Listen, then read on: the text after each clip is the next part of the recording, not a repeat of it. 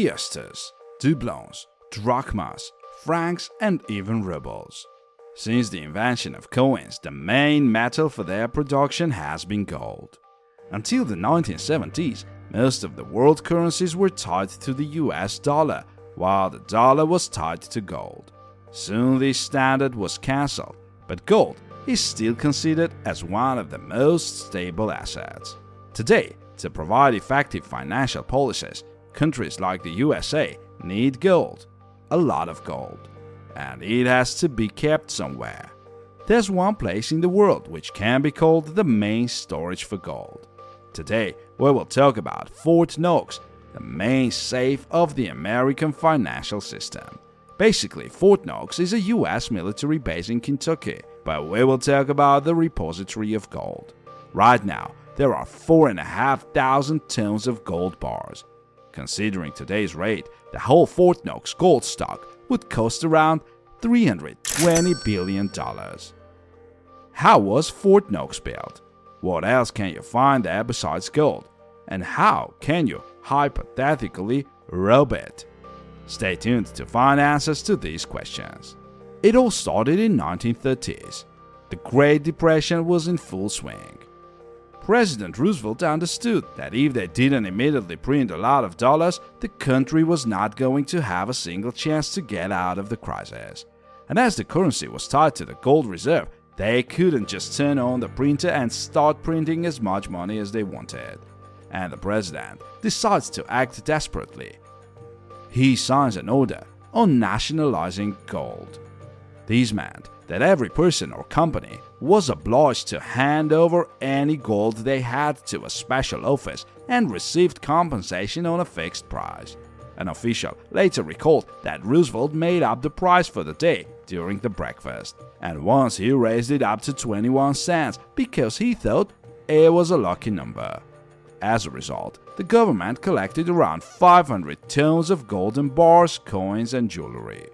At the beginning of the 20th century, the whole US gold was kept in two cities, New York and Philadelphia. But local repositories were not enough to store all the nationalized gold.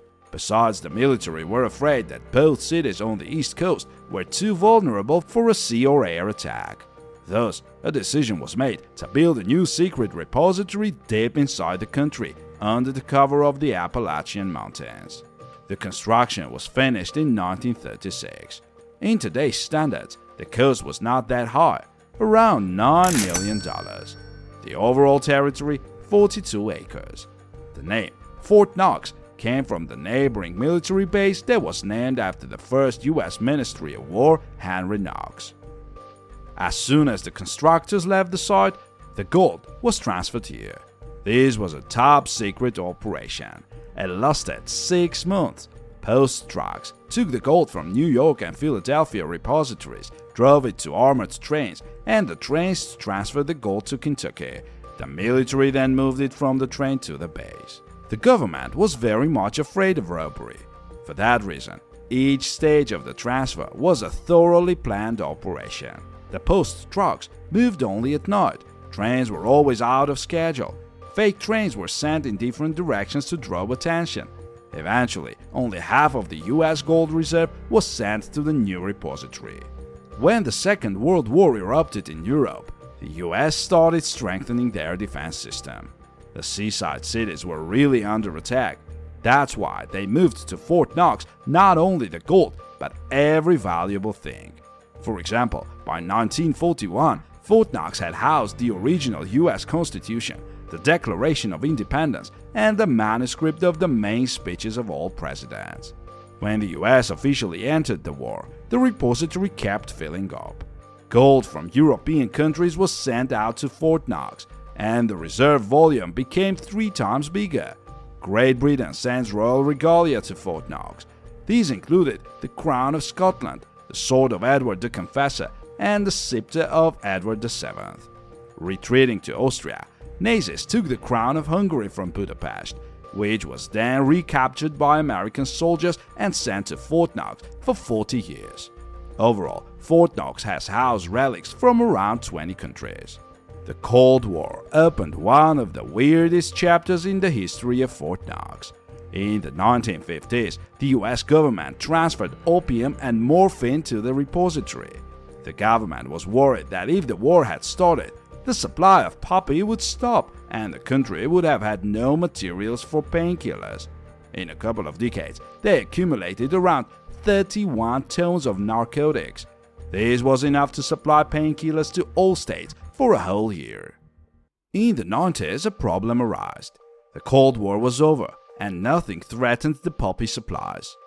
But it was unclear how to get rid of those drugs.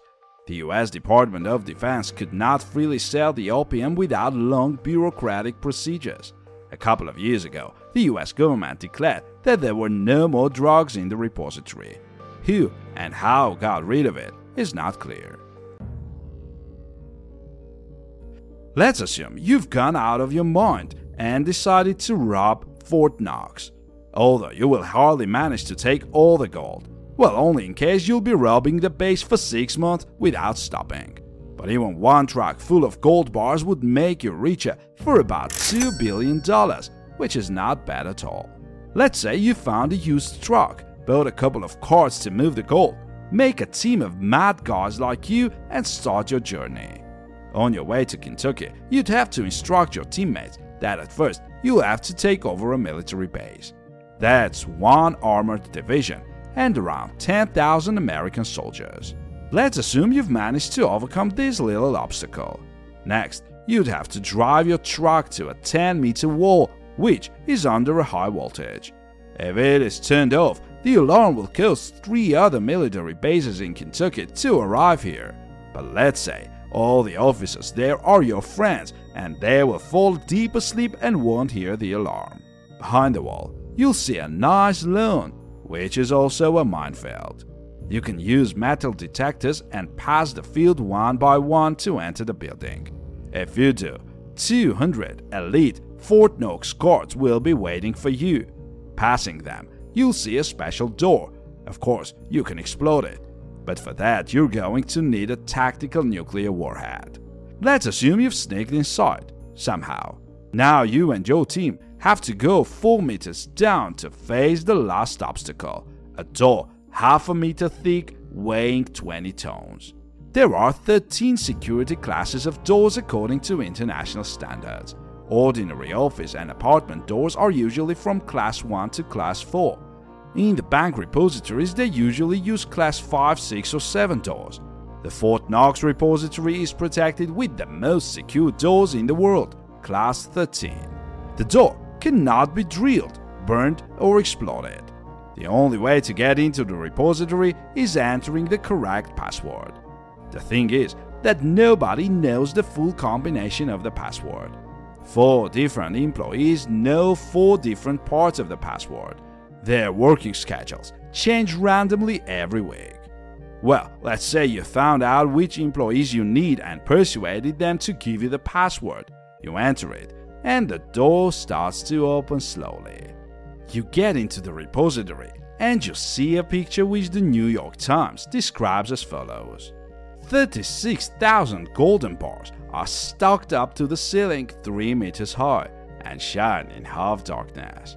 To load a full truck, you'll need to go back and forth 80 times.